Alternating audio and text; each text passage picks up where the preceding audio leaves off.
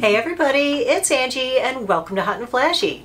Today I'm going to be reviewing some selected products from a new skincare brand called the Inkey List. Now, a lot of you guys asked me to review this brand because they launched on Sephora a couple of months ago and they're very similar to The Ordinary, and you wanted me to break down kind of what the ingredients were, what products were worth it to use and what weren't, and if it was a better deal than The Ordinary. So in today's video I've got 6 of their products that I purchased to try, and I've used them each for over a month now. 3 of them are things that have ingredients that I already use in my anti-aging skincare routine because I wanted to see how they compare to the products that I already use and see if I might like them better, maybe switch something out. And the other 3 were things that were new ingredients to me, and so I wanted to try 3 new things to see if there was a place for them in my anti-aging skincare routine. The Inkey List mission is simple. They want to bring you the hottest skincare ingredients at the most affordable prices, and they also want to be able to cut through all the jargon and help you to understand what you should be using on your skin and what actually works. You can pretty much expect to get 1 or 2 hero ingredients in each product with no frills packaging, no frills labeling, and all the price points are under $15 for 1 ounce of product. All of the Inkey List products are free of parabens, formaldehydes, formaldehyde releasing agents, phthalates, mineral oil, retinol palmitate, oxybenzone, coal tar, hydroquinone, triclosan, and triclocarbon, and contains less than 1% of synthetic fragrances. And the products are also cruelty-free. They're available in the US at Sephora and internationally at Feel Unique. There are currently 19 products in the line at Sephora. As I said, I purchased 6 of them. When I purchased a month and a half ago, there weren't 19. I think that there were only about 11 available then. They keep adding things every day, so the product line is growing. Before we get started looking at the products, let me just tell you a little bit about myself in case you're new here. I'm 56 years old. I'm going to be 57 in 2 months. Oh my gosh. So I'm all about anti-aging because I spent my formative years roasting in the sun like most of us did in the 70s and early 80s, and so I have a ton of sun damage on my skin. I try to fight that as hard as I can with my skincare. So I am definitely looking at these products from the anti-aging point of view. I definitely have very solid opinions on what are the best anti-aging active ingredients that you can use. I have them all loaded into my personal skincare routine, and if you're not familiar with my skincare routine, I'll put a link right up here so you can go over and take a look at that. So let's get into the Inkey List product by product. The 6 items that I purchased off of Sephora from Inkey List are their Vitamin C Face Serum, their Lactic Acid Face Exfoliant, their Q10 Face Serum, their Polyglutamic Acid Serum, their Hepta-Peptide Face Serum, and their Hemp Face Moisturizer. All right, let's start out with their Vitamin C Face Serum. This is $9.99 for 1 ounce. It is a 30% pure L-ascorbic acid in a stable waterless cream. This is a white cream. It's more of a cream or a lotion than a serum, I would say, as far as texture coming out of the tube. It feels very smooth and not gritty.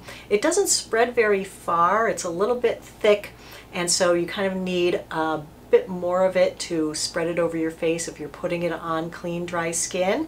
But it does have that silky silicone feel. It leaves a matte coating on the skin. The ingredient list on this one is very small. It's 3 silicones and ascorbic acid. Vitamin C is an antioxidant. It helps to fight free radical damage in the skin that's caused by sunlight and pollution. It can also have a brightening effect on the skin and help to fade discolorations. So vitamin C in the form of L-ascorbic acid is the only form that I like it in, that I recommend it in, so I'm glad that they are offering an L-ascorbic acid version of vitamin C. The problem with L-ascorbic acid is that when you make it in a water formula, it's a very unstable molecule, and so it oxidizes over time. It will turn brown, and then it's not going to do such great things for your skin. So what the Inkey List has done with theirs is they've tried to stabilize it by putting it in a waterless solution. And so that keeps the L-ascorbic acid stable, so it will last in here a lot longer. In my normal skincare routine, I use water-based vitamin C serums. The 2 that I use regularly are the Timeless 20% CE Ferulic Acid Serum or Maylove the Glow Maker. These are water-based serums, so they're very thin, very fluid. You put them on your face and you don't feel like you're getting any kind of occlusive silicone barrier, where with this guy having the 3 silicones in there, I kind of feel like putting it on first thing, it's not going to really let my next 2 or 3 skincare items fully penetrate. So while I used it first the first time I used it, after that I was like, nope, not using this first. So then I moved it to later in my skincare routine. And if I put it on last, after I've already put on my lactic acid, my CoQ10, and my moisturizer, then I feel like the silicones definitely can be occlusive. They can trap everything else that I've just put on onto my skin. They can also help to hold in water to moisturize my skin. I didn't really love putting it on last either, because then I wasn't sure how much of the vitamin C I was actually getting. I didn't experience any irritation with this, but I just felt like, you know, am I getting the true benefit of the vitamin C? But if you love a stabilized L-ascorbic acid based vitamin C within a silicone delivery system, then this is a nice option. Comparing it head to head with the Ordinary's product, they have one that is pretty much this exact same thing. It's a 30% L-ascorbic acid in the same 3 silicones. As a matter of fact, the ingredients lists are identical, but the Ordinary's is $6.80 for 1 ounce, where this one is $9.99 for an ounce. So might as well save yourself the $3 and stick with the Ordinary if you like that kind of a formula. So the next one that I tried is their Lactic Acid Face Serum Mild Exfoliant. This is $12.99 for 1 ounce. This is a really nice watery liquid. It spreads really nicely over the skin. It's 10% lactic acid derived from milk and fruit sugars. It contains 1% hyaluronic acid. It also contains castor oil and Agastache mexicana flower leaf stem extract. Lactic acid is an alpha hydroxy acid. It's my favorite of the alpha hydroxy acids just because my skin is sensitive and I can never use really that much glycolic acid. They are chemical exfoliants. It turns over your skin faster, so you have less of a dead layer of skin, and that dead layer can look a little bit more wrinkly, a little bit more dull, so lactic acid helps to brighten your skin. Now in my normal skincare routine, I use a 5% lactic acid. The one that I normally use is the 5% from the Ordinary. I use this in place of this for the last month. I gotta say, my skin not being acclimated to a 10%, this definitely gave me a little bit of stinging, a little bit of burning, a little bit of irritation, some redness every time I used it. But after about the first week, I was like, this is really burning a lot. I can't take it. So I did start bringing this back in every other day, and so I was only able to use this every other day. So if you do like a 10% lactic acid, I think this is a good formula, but just to compare it head to head to the Ordinary's 10% lactic acid, they're both water-based, they both contain glycerin and hyaluronic acid along with 10% of the lactic acid. $12.99 for this guy, $6.80 for this guy, so I'll be sticking with the Ordinary 5%. The next ingredient for my skincare routine is coenzyme Q10, and the Inkey list has a Q10 face serum. This guy retails for $6.99 for 1 ounce. Anything with CoQ10 in it should be yellow. So when I first squirted this out on my skin, I was happy to see that it does have a nice yellow color to it. It's a milky serum that spreads really far and really easily over the skin. It sinks in quickly. It does leave a little bit of a tack on the skin. So the call-out ingredients on this one are the coenzyme Q10, which is an antioxidant. It again fights those free radicals in your skin. Syntax, which is a peptide. Squalane, which is a oil-based moisturizer. It also contains vitamin E and hyaluronic acid. And CoQ10 is a naturally occurring factor in our skin, but as we age, our skin produces less and less of it, so you can actually supplement it from the outside in. So that's why I use a CoQ10 serum every single day. The CoQ10 serum that I normally use is from Timeless. I inserted the Inkey list serum into the spot where I would normally have this in my skincare routine. Comparing them side by side, here's the Timeless and here's the Inkey list. You can see the Timeless is a little bit of a darker yellow, the Inkey list is paler, and it's a much thicker serum. The Timeless is a much thinner, runny serum. The Inkey list has a little bit more body to it. The Inkey list does have a silicone in it. The Ordinary doesn't make a CoQ10 serum, so let's go ahead and compare the Inkey list CoQ10 directly to the Timeless CoQ10. So they both have coenzyme Q10. The Inkey list, we don't know how much is in there. Timeless, what I love about them is they tell me how much of each ingredient is used. This does have 2% CoQ10, and where this guy has a peptide in it, that was Syntax. Syntax is a combination of two synthetic peptides that are supposed to work synergistically in your skin to help with signs of aging. The Timeless CoQ10 also has a next generation peptide in there. It's got Matrixyl 3000, which is another thing that combines two different peptides. So it seems like it's kind of going head to head with the combination of ingredients in this. Timeless tells you how much is in there. This has 8% Matrixyl 3000. It also has 1% hyaluronic acid. With this guy, we don't really know how much of the Syntax is in there. We don't really know how much hyaluronic acid is in there. Let me put up the ingredients list side by side. You can see that the Inkey list ingredient list is much longer, has a lot more ingredients, and the active ingredients are so low on the list.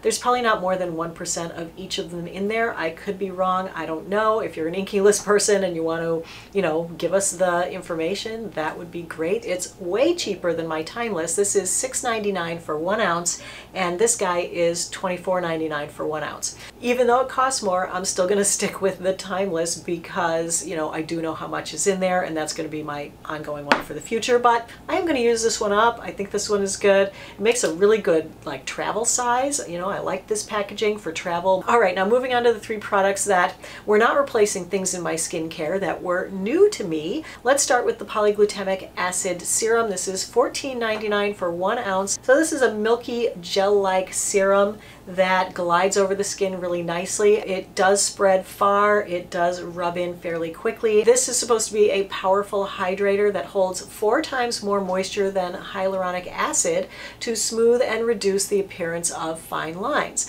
On this one, they do tell us how much is in there. It's got a 3% concentration of polyglutamic acid. It also contains 2% of something called Invisiskin. It's a film former that provides skin moisturization through the prevention of transepidermal water loss. So that sounds great. This was a new one to me, so I had to research what is polyglutamic acid, what can it really do for our skin, are there studies that back up its use in a product. It's called PGA commonly. It's a polymer of the amino acid glutamic acid, and it's formed by bacterial fermentation. It's biodegradable, edible, and non-toxic for humans, and the studies show that it could have potential uses in the medical field, in food processing, in water waste treatment, and cosmetic applications because it is a humectant and hydrating to the skin. What it does is it sits on the surface of your skin, attracting water to it, and it kind of has an optical effect where it makes your wrinkles look a little bit better temporarily. That it can attract more water than hyaluronic acid, I guess, is fine, but you have to be in a more saturated, humid environment for it to attract more. You know what I'm saying? Like if there's no moisture in the environment, it doesn't matter which one you put on your skin, they're only going to be able to attract as much water as is in the environment. Otherwise, it does start pulling it from the deeper layers of your skin, which, that can be fine too, as long as you have abundant water in your skin that you can lose some up to the surface, and that will create that plumping look. As you can see from the ingredient list, this has quite a few silicones in it. This is another one that I kind of bounced around in my skincare routine. I couldn't decide where it should sit, where it should go. I feel like because it does have the silicones, it should be at the back end, definitely after putting on everything that I want to absorb more fully with, the really good active ingredients, where it is a water binding molecule and has the film former. I feel like it should go on last. I did use it at night a few times. I was like, meh, not sure I'm getting the full benefit out of this. Then I switched it to the morning. I didn't really notice any difference in my skin as far as being, more hydrated or less hydrated. It seemed to be about the same. Do I think this is 100% you need to run out and buy it or replace your hyaluronic acid with it? Not necessarily. I never really recommend a separate hyaluronic acid product because, in my skincare routine, I have at least 1% hyaluronic acid in each one of the things that I put on, so I feel like I'm getting enough hyaluronic acid out of everything else I use, but I know a lot of people do like to use a separate hyaluronic acid. I kind of wish I had purchased their hyaluronic acid separate product instead of this, but that one does contain 2% hyaluronic acid. It has a combination of low and high molecular weight hyaluronic acids, and it also contains matrixyl 3000. So there is a really good peptide in addition to the hyaluronic acid. It doesn't have all the silicones of this, so between this and the hyaluronic acid, which is only $7.99 for an ounce, I'm kind of kicking myself for buying this one. All right, moving on. The next one that I tried is the Inkey List Hepta-Peptide Face Serum. This is $14.99 for 1 ounce. So this one is a thicker white cream. It definitely stands up a little bit more. It doesn't have the easiest spread or the easiest rub in. This one does have a little bit more of a kind of tacky texture. It doesn't go as far, but this one does have a dry down that's very matte. This contains a patented peptide sequence that helps to promote skin renewal and target the appearance of fine lines with an instant blurring effect, and it makes a great makeup base. The call out ingredients in this one are Gransum Hepta-Peptide Southern all of a sudden, are Gransum Hepta-Peptide 7 that helps visibly reduce crepey skin, and squalane, which hydrates and protects skin.